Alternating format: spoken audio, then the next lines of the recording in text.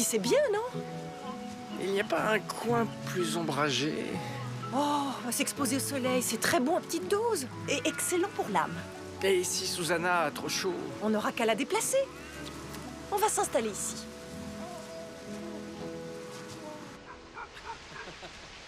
Bon, alors, où est-il? Je veux voir de mes yeux sa machine incroyable.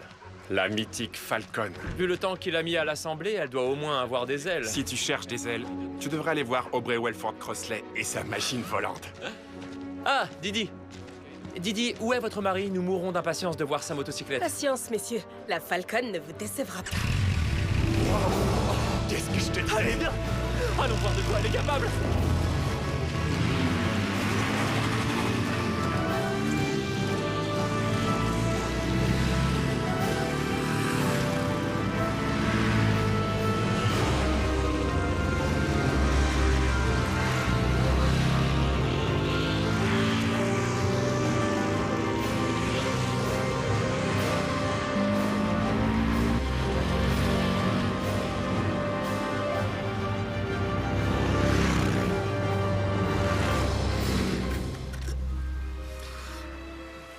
J'ai reçu une lettre de Harry ce matin.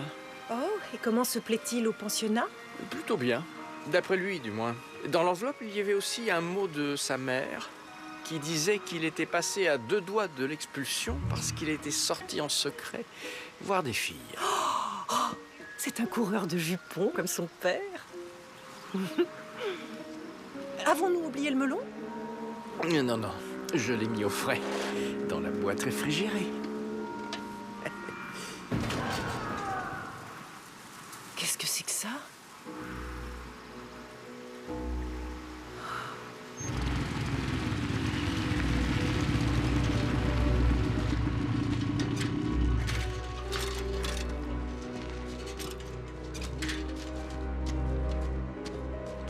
Où est-il? Je n'en ai pas la moindre idée.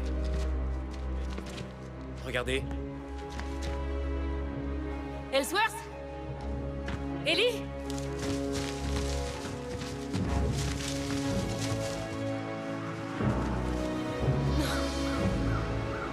Ce n'est pas possible. D'où Jésus?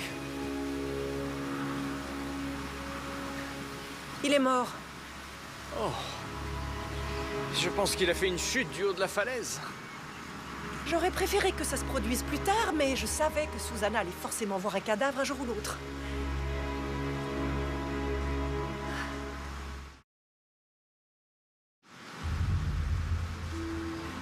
Madame Hart va avoir du pain sur la planche. Le corps a subi de nombreux traumatismes. Oui, comme s'il était tombé du haut d'une falaise. Sa motocyclette est en morceaux. C'est un accident terrible. Je me demande ce qui s'est passé. Il faudrait peut-être que nous en discutions avec ses comparses. Ellsworth Drummond. Cet homme était une légende. À quel niveau? À tous les niveaux. Il a pour ainsi dire vécu dans son garage pendant 2 ans pour construire cette motocyclette. C'était un ermite, doublé d'un génie. D'où le connaissiez-vous? Par sa femme. Elle est membre de notre club motocycliste. Nous organisons des virées à motocyclette. Pour aller où? Il n'y a pas de destination particulière, nous roulons, c'est tout. Pour le plaisir. Mais aujourd'hui, ce devait être un grand jour. Didi nous avait conviés pour voir la Falcon. La Falcon? La motocyclette que son mari a fabriquée. Il venait de la terminer. Elle était enfin prête à faire son premier tour de piste. Oui, sauf qu'elle ne l'était pas vraiment.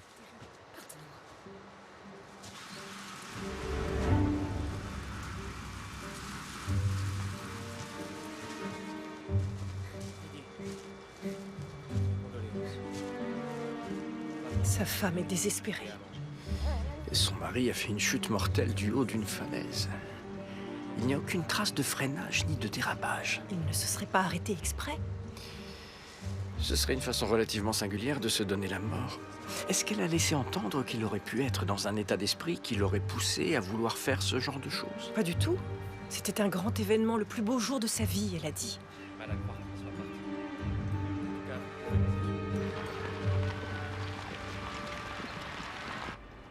Il a fait une chute du haut d'une falaise?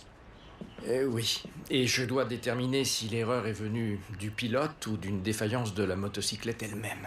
Vous pensez que les freins ont lâché? Je n'exclus pas qu'on les ait trafiqués. Quelle plaie, ces engins. Oh, ça fait un de ces vacarmes, même avec leur nouveau pot d'échappement. Je ne suis pas de votre avis, inspecteur. Les pointes de vitesse. Oh non! Quoi? Julia, tu n'envisages pas de monter sur une motocyclette? Ça ne serait pas très féminin, docteur. Seriez-vous en train de me dire ce que je dois faire? Et comment? Non. Je trouve seulement que c'est extrêmement dangereux. Cette enquête en est la preuve évidente. On n'est pas obligé de rouler au bord d'une falaise. Alors, parlez-nous des freins. Les dommages sont malheureusement très importants et il y a des mécanismes que je ne maîtrise pas tout à fait, D'après ce qu'on nous a dit, c'est une conception révolutionnaire. avec laquelle je dois me familiariser. Mon mari travaillait sur la Falcon depuis des années. C'était le modèle parfait, il en était certain. Et qui, à part Monsieur Drummond, était au courant de cette conception? Eh bien, il y a eu un article sur le sujet dans Mécanique populaire. Ah, et qu'y avait-il dans l'article? Peu de choses, une photo de lui et l'annonce qu'il avait terminée. Ellsworth n'a pas permis aux journalistes de poser les yeux sur la Falcon. Il faisait attention à ce qu'on ne lui vole pas ses créations. Il devait vous confier ses secrets, à vous. Il avait confiance en moi, oui. Mais je dois vous avouer que je ne sais rien de la conception de la Falcon. Cette motocyclette, il lui était totalement dévoué. Elle était toute sa vie et... maintenant... Oui, je vous présente mes sincères condoléances. Merci. Avec votre permission, j'aimerais jeter un coup d'œil dans l'atelier où il l'a fabriqué. Oui, bien entendu. Qu'espérez-vous y trouver? Des pièces, des dessins, tout ce qui pourrait m'aider à comprendre comment la motocyclette fonctionnait et donc à comprendre ce qui a bien pu se passer sur cette falaise. C'est arrivé quand, ça, Madame Drummond?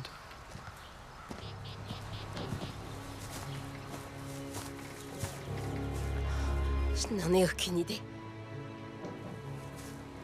Apparemment, c'est du sang frais. On dirait que quelqu'un s'est introduit ici récemment.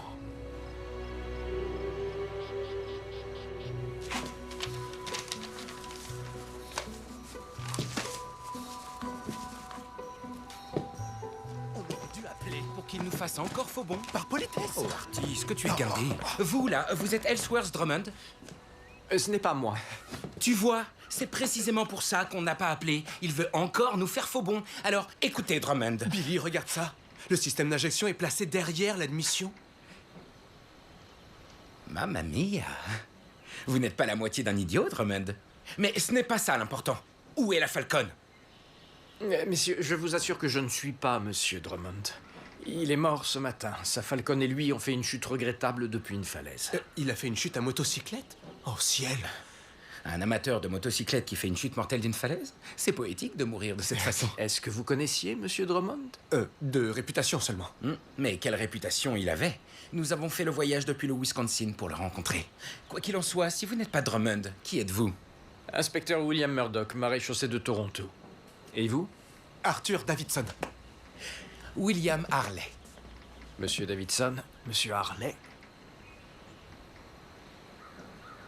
Harley Davidson, la Silent Grey Fellow.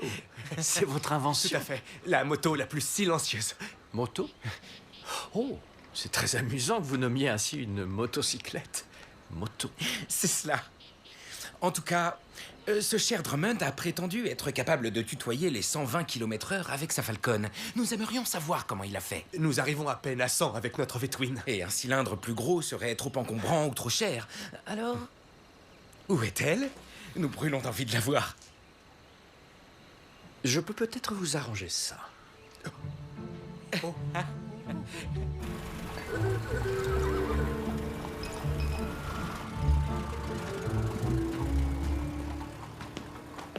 Oh waouh! Mais quelle beauté! Quelle épave! J'ai besoin que vous m'aidiez. Je cherche à déterminer exactement ce qui s'est passé lorsque Monsieur Drummond et sa Falcon ont fait cette chute. Que pouvons-nous faire? Eh bien, je ne m'y connais pas suffisamment bien en mécanique de motocyclette pour la remettre en état et voir ce qui a pu causer l'accident fatal. Il vous faut un médecin pour faire l'autopsie de la motocyclette? Précisément. A priori, j'incriminerais bien sûr les freins, mais ont-ils tout simplement lâché ou ont-ils été trafiqués? Oh, ce serait ignoble. N'en dites pas plus, inspecteur. Vous pouvez compter sur nous.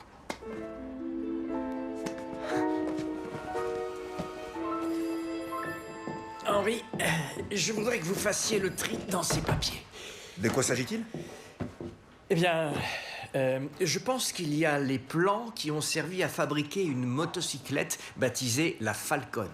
Et il y a aussi des gribouillis dénués de tout intérêt. Oui, en gros, vous me demandez de retrouver les plans. C'est ça. Je veux que vous les répartissiez en 2 piles. Pertinents et non pertinents. Dans les pertinents, les schémas et dessins qui pourraient correspondre au plan d'une motocyclette. Et dans les non pertinents, eh bien, tout le reste. Très bien. Oh, regardez, j'ai reçu une carte postale de George. Ils sont à Londres. Oh, à mon avis, il doit absolument se régaler. Et Fi aussi. Il a dit où ils allaient ensuite? Ah, ils vont à Bruges? Pardon? Bruges. Bruges. Je connais pas. Bon sang, Higgins, il faut ouvrir une carte une fois dans votre vie, c'est temps. Belgique. Vous ne me payez pas assez pour voyager? Vous ne loupez pas grand-chose. J'aimerais mieux crever que visiter la Belgique. Murdoch, dans mon bureau. Tout de suite. Murdoch, je vous présente monsieur... Van der Wyck, Reginald Van der Wyck. Je suis venu dès que j'ai su qu'Ellsworth Drummond était décédé. Comment l'avez-vous appris? J'ai appelé Drummond pour me renseigner sur les essais de ce matin.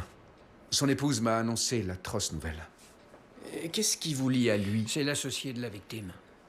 Oui, je m'occupe du volet financier de notre entreprise. Je suis consterné, comme vous pouvez l'imaginer. J'étais censé faire fortune une fois la Falcon mise en circulation. Ah oui? Une motocyclette en production de masse qui monte à 120 avec un moteur V-twin ordinaire, c'était la ruine assurée de nos concurrents. Je dois repartir de zéro maintenant, d'où ma présence ici. Je crois savoir que les plans et la Falcon sont en votre possession.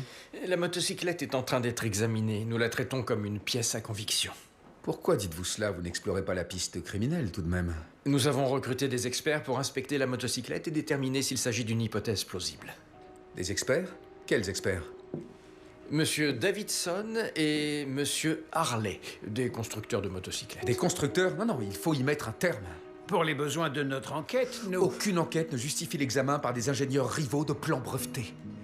J'exige que mon bien me soit retourné incessamment, sans quoi mes avocats poursuivront ce poste... Monsieur Van der Wyck, asseyez-vous. Nous ferons en sorte que seuls les membres de ce poste puissent s'approcher de votre machine. Nous sommes d'accord, Murdoch? Oui, monsieur. Merci. Vous n'auriez pas un verre de scotch? Excellente idée.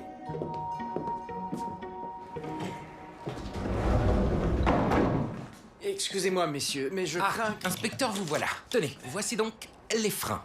Ils sont en parfait état. À ceci près qu'ils ont été broyés comme tout le reste. Ils n'ont pas été trafiqués. Du tout. Par contre, nous avons trouvé autre chose. L'accélérateur. Il est simple de conception, mais une petite patte assez ingénieuse a été soudée à cet endroit il y a peu de temps. À quoi sert-elle? D'après ce que je vois, si la poignée est tournée jusqu'à un certain point, elle se bloque, ce qui rend les freins inutilisables et coince l'accélérateur à son maximum. Et de fait, on perd le contrôle du véhicule. C'est ça. Donc le motocycliste n'a plus la possibilité de réduire sa vitesse. Oui, il poursuit sa course à plein régime jusqu'à ce que... Jusqu'à ce qu'il fasse une chute du haut d'une falaise. Mamma mia. Et cette patte, c'est un dispositif simple? Disons que la patte elle-même l'est, mais pour savoir à quel endroit la souder, il faut avoir une connaissance approfondie de la mécanique des motocyclettes. Donc la personne qui a fait ça maîtrisait exhaustivement le sujet. Merci, messieurs. Oh, je suis désolé, mais je vais devoir vous demander d'interrompre l'inspection de la Falcon. Pourquoi?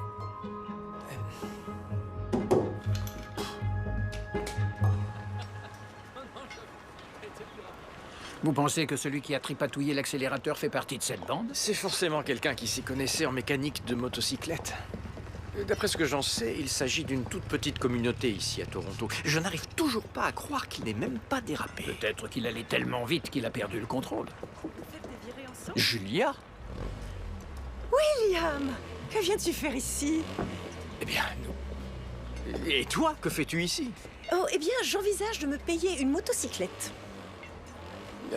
Es-tu sûr que c'est une bonne Oh, idée? voyons, William, on a bien le droit de s'amuser. Tu savais que Monsieur Coulter était l'homme le plus rapide du Canada? Ah oui, c'est vrai? Il se trouve que c'est moi qui détiens le record. La Falcon a pulvérisé ton record pendant les essais. Ce n'est pas officiel. Ça va le devenir. Personne ne les a vus, ces essais. Ce n'est qu'une affaire de temps. Tu vas tomber dans les oubliettes, Coulter. On se rassoit, le décérébré. Monsieur Coulter, c'est ça? Faut-il donc que j'en déduise que si la Falcon n'avait pas été détruite, votre record de vitesse nationale aurait sans doute été battu? On ne le saura jamais. Bien sûr qu'il l'aurait été. Monsieur Coulter, vous voulez bien retirer ce gant? Que se passe-t-il, William? L'atelier de Monsieur Drummond a été visité par quelqu'un qui s'est coupé en brisant la vitre. Ce quelqu'un a vraisemblablement saboté la motocyclette afin de tuer l'ingénieur. Saboté? Vous ne pensez tout de même pas que j'ai pu vous... Veuillez retirer ce gant.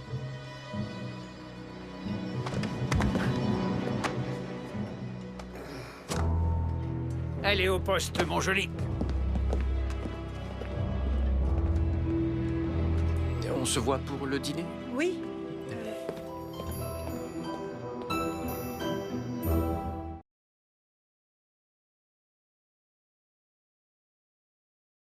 Je suis entré. Oui. Je me suis coupé. Oui. Mais je ne l'ai pas tué. Il allait battre votre record de vitesse. Ça, ce n'est pas prouvé. C'est pour ça que vous y êtes allé, pour saboter la Falcon. J'ai versé du sable dans le réservoir. Oui, je le reconnais. Quoi? Pourquoi? Pour boucher l'admission. Il n'aurait même pas dû pouvoir la démarrer. Vous avez cherché à saboter le prototype pour sauvegarder votre record. Je n'en suis pas fier. Je n'ai pas de femme. Je n'ai pas d'enfant. Je n'ai même pas de travail. Mais je suis l'homme le plus rapide du Canada. C'est mon seul accomplissement. Ce qui confirme nos soupçons. Comment se fait-il que ça n'ait pas fonctionné? Malgré le sable dans le réservoir, tout le monde s'accorde à dire que la motocyclette était en parfait état avant l'accident. Il a dû m'entendre briser la vitre. J'ai compris qu'il s'approchait de l'atelier et j'ai pris mes jambes à mon cou. Il a dû purger le réservoir. À moins que vous ne vous soyez pas contenté uniquement d'y verser du sable.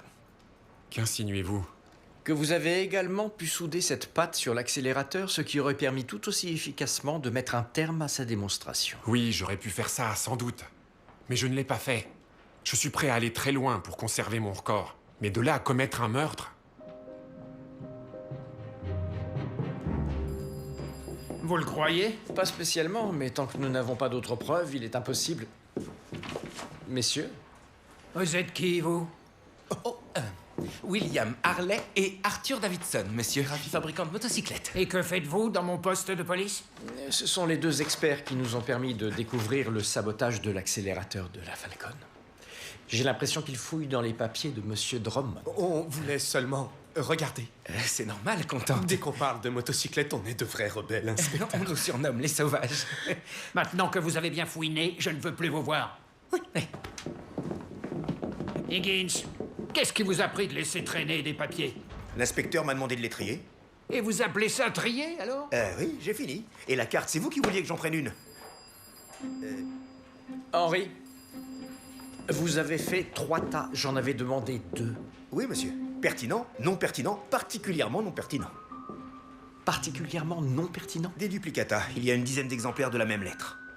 Que dit la lettre? Ça, je ne sais pas. Je cherchais des plans et des schémas, pas des phrases. Oh, mais c'est excellent, Henri.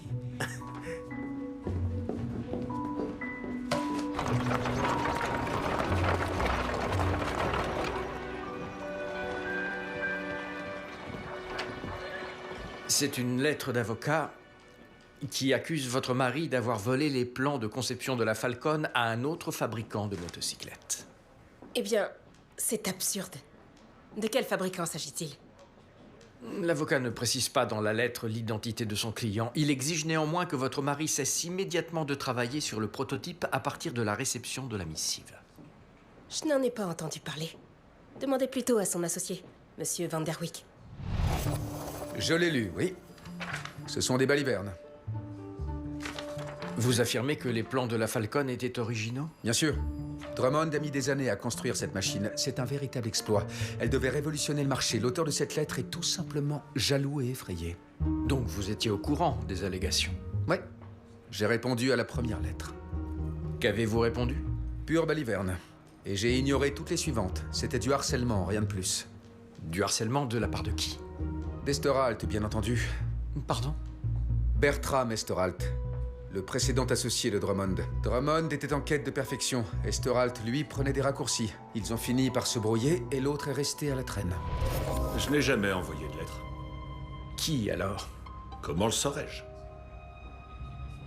Où étiez-vous à 9 h ce matin? J'étais dans mon lit. Quelqu'un peut le confirmer? Je vis seul. Mais de quoi s'agit-il au juste? Cet idiot est tombé d'une falaise, c'est bien ça? Nous avons des raisons de penser que quelqu'un a saboté sa motocyclette. Mais pour faire ça, il aurait fallu en connaître en détail le fonctionnement. Je n'ai pas touché de motocyclette depuis 2 ans. Et je n'avais pas eu de nouvelles de Drummond jusqu'à hier soir. Vous lui avez parlé hier soir? Il m'a appelé pour se vanter que la Falcon était terminée, que son rêve était devenu réalité. Il m'a proposé d'assister à sa démonstration de ce matin. Je n'aurais jamais dû faire installer le téléphone, c'est vraiment pénible. Et vous avez assisté à sa démonstration? Non, ce n'était qu'une fanfaronnade de ce vieil Ellie. Tout ce que je voulais, c'était ne plus le revoir. Il semblerait que vous ayez été exaucé.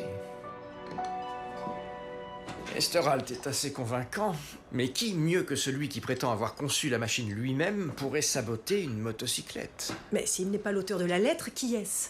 Bonne question. William, j'ai décidé de m'acheter une motocyclette. En es-tu bien certaine, Julia? Évidemment. Mais il faudra que tu fasses très attention. Le macadam n'aura aucune pitié. Et si tu fais une chute, enfin, n'importe qui peut faire une chute à motocyclette et se cogner la tête. On devrait envisager de porter des protections, comme un casque peut-être. Enfin, William, on peut se blesser à la tête en tombant de cheval ou même de bicyclette. Tu imagines porter un casque à bicyclette? Eh bien... Oh, et puis entre nous, ces motocyclettes ne sont pas si rapides que ça. Je ne parle pas de celle-ci, bien sûr. Eh oui, je n'arrive toujours pas à saisir comment ce moteur bicylindre peut faire monter la motocyclette à 120 km/h. C'est de la physique élémentaire. Et la production de puissance est limitée par la taille du moteur, et celui-ci ne fait que 900 cm3. C'est peut-être une question de carburant? C'est un moteur à essence, le carburant ne peut être. À moins que... À moins que? À moins qu'il n'ait versé un additif. Julia, tu es un génie. Oh. Ah bon, à ce point? Oui, et oui. D'abord, il faudra que je... Inspecteur, Madame Hart vous réclame à la morgue immédiatement.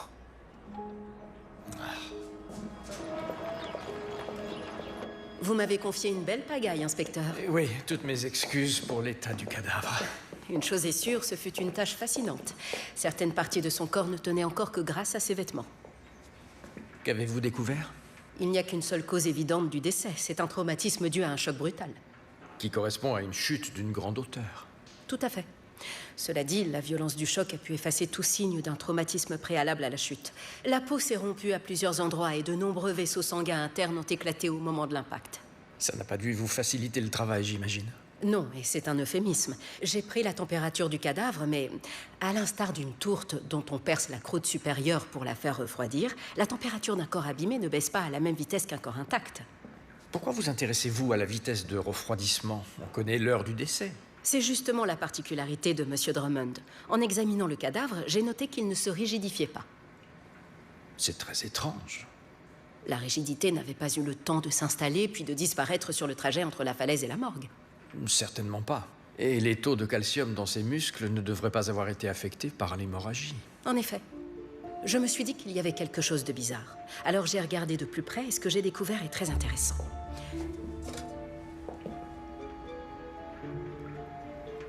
La putréfaction. 2 tâches en moins de 6 heures.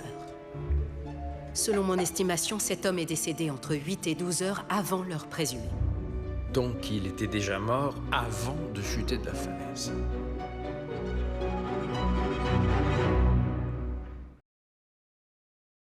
Vous voulez dire qu'on a tué Drummond d'avant et balancé son corps depuis la falaise? C'est cela, ce qui veut dire que ce n'est pas Monsieur Drummond qui pilotait cette motocyclette. C'était l'assassin. Oui, a priori. Mais la majorité de nos suspects étaient tous là. Ils ont tous vu la Falcon sortir de l'atelier et rouler jusqu'au bord de la falaise. La machine a fait la chute, mais l'assassin non. Il a dû souder la patte sur l'accélérateur de telle sorte que la poignée reste bloquée et qu'il n'ait plus qu'à la laisser continuer sa course pour s'écraser au pied de la falaise. Personne n'était dessus, alors? Et puis l'assassin ne voulait surtout pas qu'on trouve la patte. Donc, il aurait tué Drummond et ensuite maquillé le meurtre en accident. Voilà. Le coupable ne peut pas être l'un des membres du club de motocyclistes. Puisqu'ils étaient tous ensemble. Absolument. Cela dit, la personne qui a piloté cette motocyclette aurait très bien pu être de mèche avec l'un d'eux. Qu'est-ce qui vous fait dire ça? Eh bien, si Drummond a été tué la veille, comment se fait-il que sa femme ne l'ait pas su? Demandons à la veuve. Quelqu'un l'aurait tué plusieurs heures auparavant? C'est ça. Et vous étiez forcément au courant. Non, je ne sais pas de quoi vous parlez. C'était votre mari? Vous ne l'avez pas vu ce matin-là? Non, il était dans son atelier. Vous avez dû le voir la veille, je suppose. Il a passé la nuit dans l'atelier, à préparer sa démonstration, je vous assure. Ça lui arrivait très souvent de travailler toute la nuit. Ça ne m'a jamais semblé anormal. La veille de sa première sortie, ça ne m'a pas traversé l'esprit qu'il...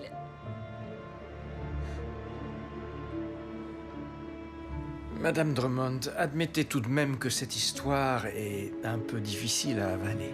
Une histoire? Mais quelle histoire? C'est vous qui me racontez des histoires sans queue ni tête. Vous mentez. Non, pas du tout. Vous n'avez pas vu que ce n'était pas votre mari sur la motocyclette? Je ne sais plus rien. Je croyais que c'était lui. Je ne comprends rien de ce que vous me dites. Quand avez-vous vu votre mari pour la dernière fois? À table. Je crois. Oui, c'est ça. On a dîné de bonne heure. Après, il est retourné dans son atelier et je ne l'ai pas vu jusqu'au lendemain matin. Ou plutôt... Je suppose que je ne l'ai pas revu du tout.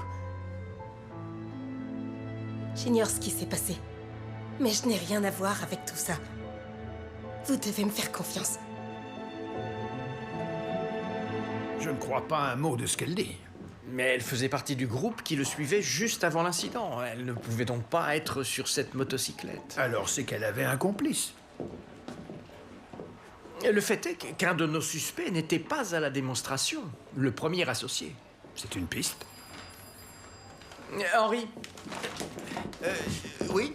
Contactez l'avocat qui a écrit ces lettres. Il faut impérativement qu'il vous révèle l'identité de son client. S'il s'agit de M. Esterhalt, nous saurons qu'il a menti sur sa relation avec M. Drummond et sans doute aussi sur l'endroit où il se trouvait le matin du meurtre. Bien. Vous êtes sûr de vouloir confier ça à quelqu'un comme Higgins? C'est délicat de faire pression sur un avocat. Je suis sûr qu'il s'en sortira. Et aussi, je pense savoir comment la Falcon a pu atteindre les 120 km/h. Et j'ai prévu de mettre ma théorie en pratique. Voyez-vous, la seule limitation qu'on ait est le volume ou la cylindrée du moteur. J'ai l'intention de placer... Murdoch. J'ai déjà décroché.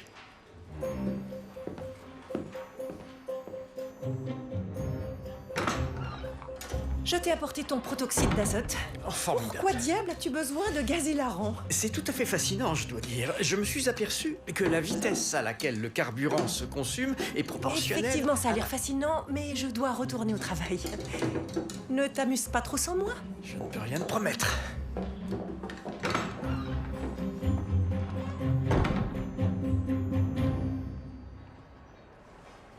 Non. Inspecteur, l'avocat m'a révélé le nom de son Je client. le sais déjà, Henri. C'était Harley Davidson. Pourquoi vous m'avez donné tout ce travail, alors? En examinant la Falcon, j'ai découvert quelque chose de très intéressant. Sur le système d'injection sont gravées les initiales du fabricant, HD, Harley Davidson. Que voulez-vous insinuer? Que la pièce vient de chez vous. D'ailleurs, la Falcon est en grande partie assemblée avec vos pièces, et vous le saviez. C'est pour ça que vous avez fait envoyer des courriers par votre avocat. La motocyclette révolutionnaire de M. Drummond n'est rien de plus qu'une Harley reconfigurée. Attention, ce n'est pas une Harley, mais une Harley Davidson. Arrête avec ça, c'est Et si on pareil. l'avait baptisé Davidson Harley, le diminutif aurait été Davidson. Ça fait beaucoup de C'est syllabes. une dévie, alors. Messieurs, quoi qu'il en soit, ce qu'il faisait, c'était du vol, et vous le saviez. Oui, c'est vrai. On a vu une photo de l'engin dans Mécanique Populaire. On n'en a pas cru nos yeux. Il utilisait vos pièces pour fabriquer une motocyclette plus puissante. Il allait vous prendre toute votre clientèle. Pure supposition. On ne sait toujours pas comment il l'a fait. Le moteur n'a pas changé. Il y a peut-être des ajustements esthétiques mineurs, mais à l'intérieur, ça reste littéralement notre V-Twin. On a étudié toute la machine et on n'a toujours pas d'explication. J'ai un avis différent. Il est possible de produire davantage de puissance avec le même type de moteur, en altérant le carburant. En l'altérant? Mais c'est un moteur à essence. Oui, mais avec un additif. Le même moteur peut brûler le même carburant plus vite. Oui, je suppose, oui, enfin en théorie. Le protoxyde d'azote. On suralimente le carburant en oxygène et résultat, on a une motocyclette qui tourne avec un carburant hyper oxygéné que j'ai surnommé le HOG.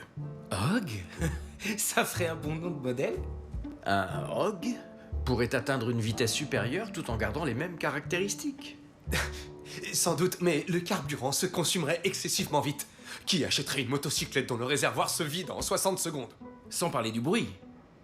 Harley-Davidson est une marque synonyme de silence grâce à la Silent Greffellow. Notre objectif, c'est que toutes les grands-mères aient envie de rouler en dévi. Oh, arrête un peu. Mais de toute façon, la flambée que ça provoquerait nous brûlerait vif à tous les coups. Oui. Mais le fait est qu'au moment où la Falcon a été sabotée et où M. Drummond a été tué, tout ce que vous saviez, c'est qu'il s'était servi de vos pièces et qu'il se préparait à vous dépasser. C'est un mobile de meurtre. Mais nous n'avons Je suis pas... renseigné à votre hôtel. Votre arrivée à Toronto date de la veille du jour où je vous ai rencontré chez Drummond. Vous aviez fait tout le chemin depuis le Wisconsin. Pourquoi attendre 24 heures avant d'aller chez lui pour lui demander des comptes? D'accord, c'est vrai.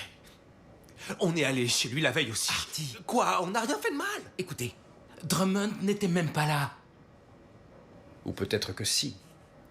Et peut-être que vous mentez. Peut-être que vous l'avez rencontré, que le ton est monté et que l'un de vous deux, ou vous deux, l'avez tué. Non, pas du tout. Et d'abord, on n'était pas là pour s'énerver, puisqu'on avait déjà trouvé un compromis. Quel genre de compromis? La promesse qu'on pourrait acheter son dispositif révolutionnaire. Il avait accepté de vous le vendre. Non, pas lui. Son associé. Monsieur Van Der Wyck, il en avait assez d'attendre la production et voulait recouvrer son investissement. Nous pouvons vous montrer notre correspondance si vous le souhaitez. Il voulait nous vendre le dispositif, les plans, l'ensemble, quoi. Si Harley et Davidson disent la vérité, l'associé de Drummond était sur le point de vendre leur affaire sans lui en parler. Van Der Wyck était à Buffalo au moment du meurtre. C'est ce qu'il dit. Il est descendu dans cet hôtel. S'il nous a menti, c'était peut-être lui sur la motocyclette. Il aurait jeté la machine du haut de la falaise et Drummond juste après. Ou il aurait pu jeter le corps de Drummond avant de sortir du garage. Tenez, le voilà. En bonne compagnie. C'est Didi Drummond. Ils sont tous les deux dans le coup.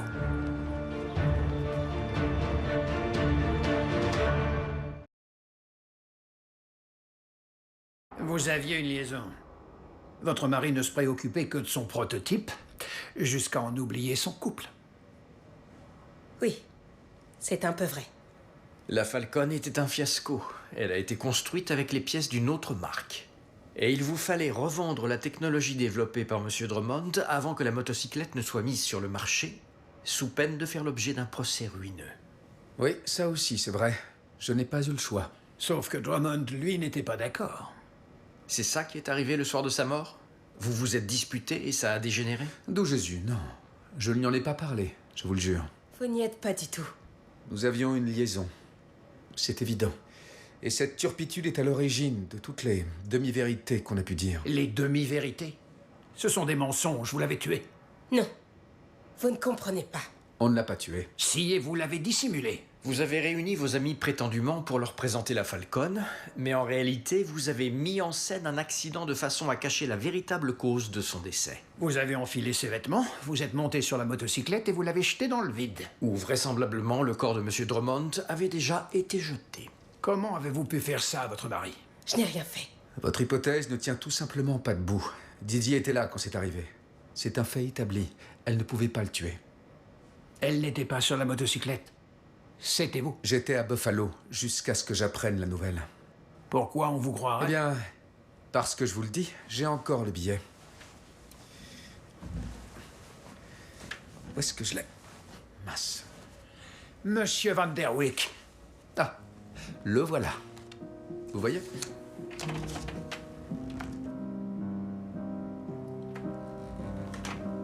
Il y a l'heure, la date et il a été poinçonné. J'ai appelé la gare, le 10h40 est arrivé à l'heure. Il a pu se faire passer pour Drummond, défiler à Buffalo à temps pour être dans ce train. Il n'y a que des omnibus sur cette ligne le samedi matin. En voiture, alors? Parcourir cette distance sans faire de pause, même si les routes étaient pavées tout du long, ce serait impossible. Et autrement?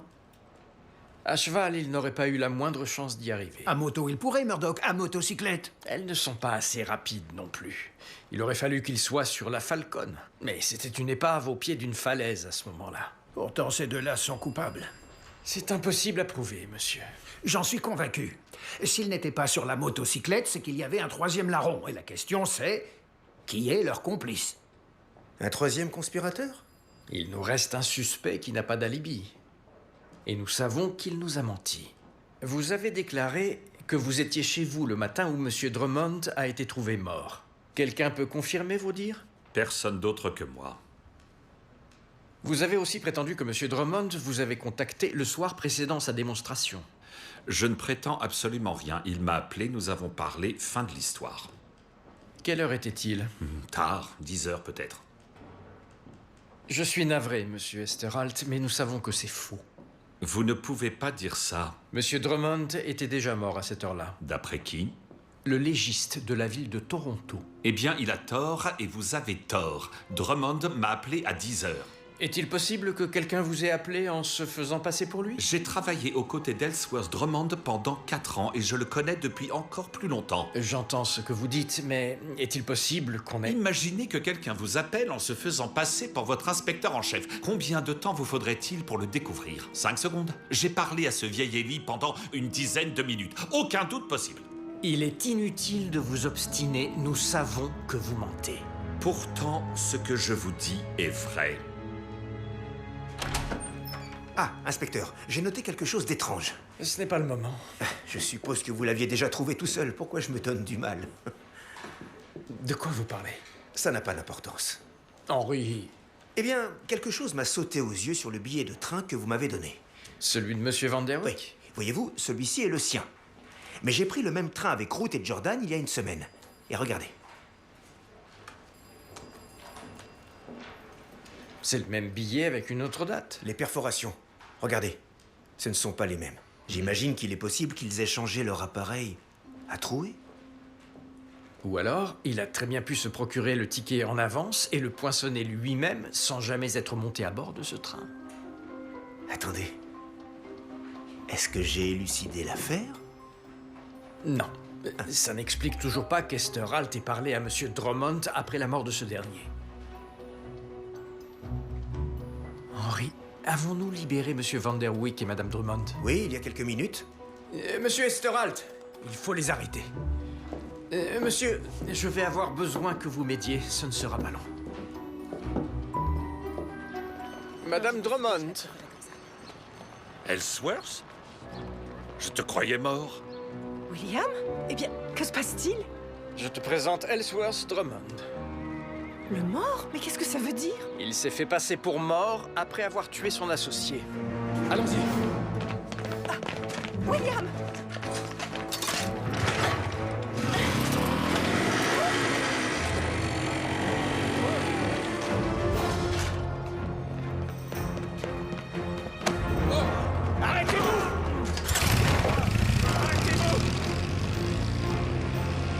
William, allez!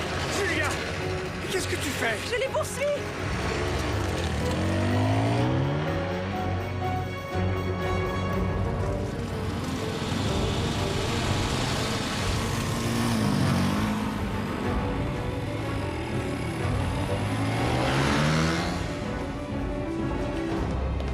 Excusez-moi, messieurs. Oh, Qu'est-ce qui vous prend? Qu'est-ce que ça peut être bruyant? Regarde-le partir. À croire qu'il a fait ça toute sa vie. Cet inspecteur Murdoch est un sacré pilote.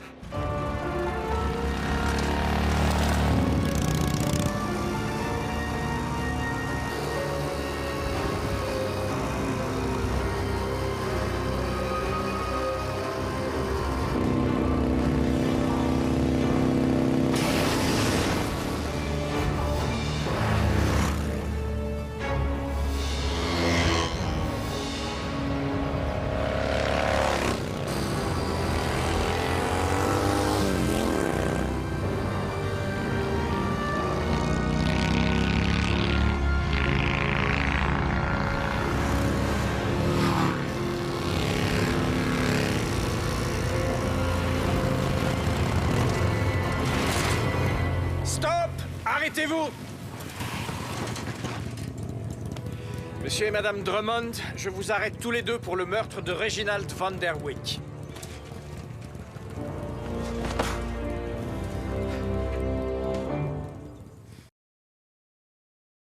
C'est vrai. Van der Wyck voulait vendre à Harley et Davidson. Et vous avez refusé. Bien sûr. La Falcon, c'est toute ma vie. Mais vous ne pouviez pas la commercialiser, puisque vous utilisiez leurs pièces. Ils vous auraient poursuivi. Vous ne pouviez pas non plus vendre l'idée, puisque vous ne l'aviez pas concrétisée. C'est vrai. Il n'y a pas de dispositif. Ni de carburant spécial. Il aurait suffi de désosser la Falcon pour savoir immédiatement qu'elle ne serait jamais capable de faire des pointes à 120 km/h. Vous n'êtes qu'un imposteur. Comment avez-vous fait? Comment avez-vous atteint une telle vitesse? J'aime l'ivresse de la vitesse. Vous avez vraiment réussi. Vous avez atteint les 120 km/h. Oui, mais comme vous l'aviez bien noté, un tel engin n'est pas vraiment apte à être commercialisé. Non, mais on pourrait installer ces injecteurs de protoxyde d'azote sur nos modèles. Ça rend les courses plus sympathiques. Oh, et ce vrombissement! Comment avez-vous réussi à créer ça? Ça? Oh, eh bien j'ai dû retirer le silencieux pour permettre au protoxyde de fonctionner. Je veux que les motos Harley-Davidson fassent exactement ce bruit-là. Tu perds la tête? J'aurais tendance à être de votre avis. Personne ne voudra avoir une motocyclette qui fait un vacarme pareil.